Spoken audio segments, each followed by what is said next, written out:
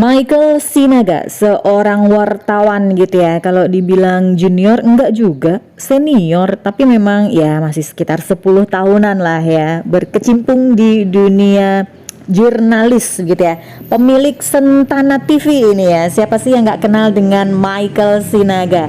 Michael Benjamin Sinaga ya kan, selalu mengadakan podcast bersama dengan Pak Roy Suryo, Bang Rismon kayak gitu ya, Pak Janis Yahaan. Kocak banget podcastnya, lucu, menyegarkan, tapi juga banyak ilmu. Oke, luar biasa. Kali ini video kita membahas tentang betapa terkejutnya ini ya semua pihak tentang dilaporkannya Bang Michael juga ini ya, Mas Mike atau Bang Mike. Kenapa ini? Kenapa sampai bisa menjadi terlapor juga?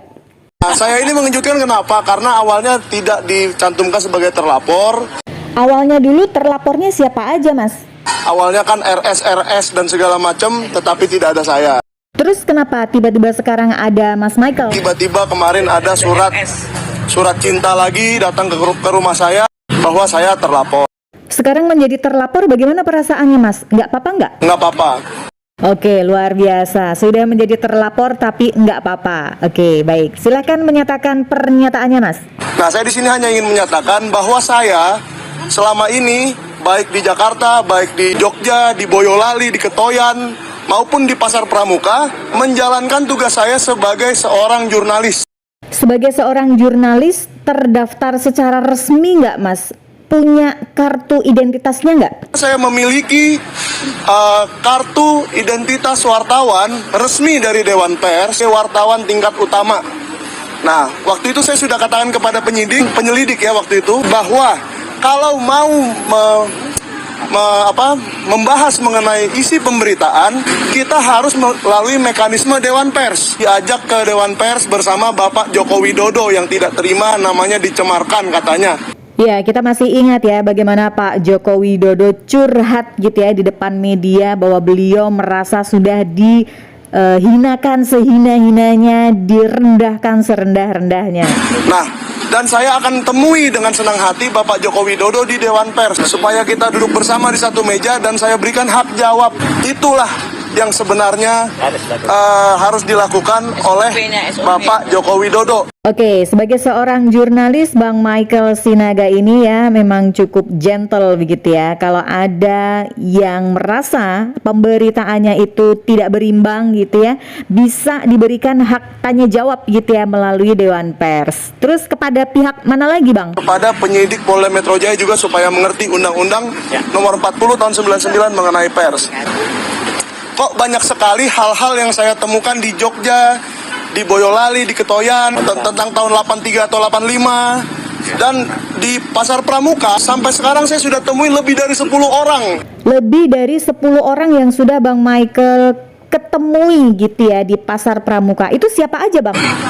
Ex pemilik kios, ex desainer,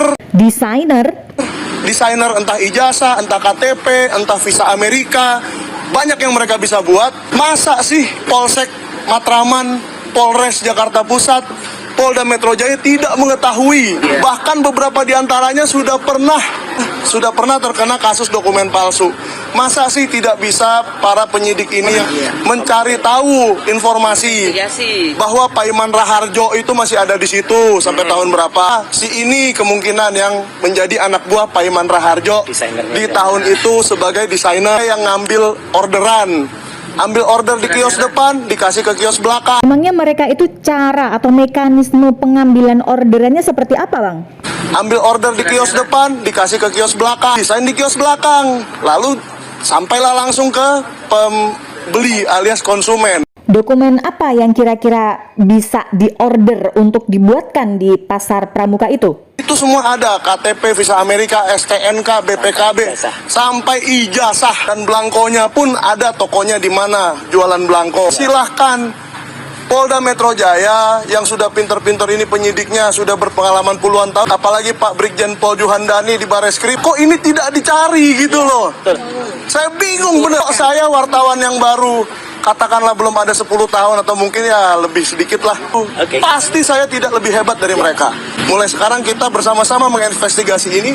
Kalau memang ijazahnya asli, Tapi kalau ijazahnya ternyata tidak asli gimana, Bang? Tapi kalau memang ijazahnya tidak asli, nah mari kita cari kebenarannya untuk masyarakat Indonesia, karena masyarakat berhak mendapatkan kebenaran dari kita para jurnalis.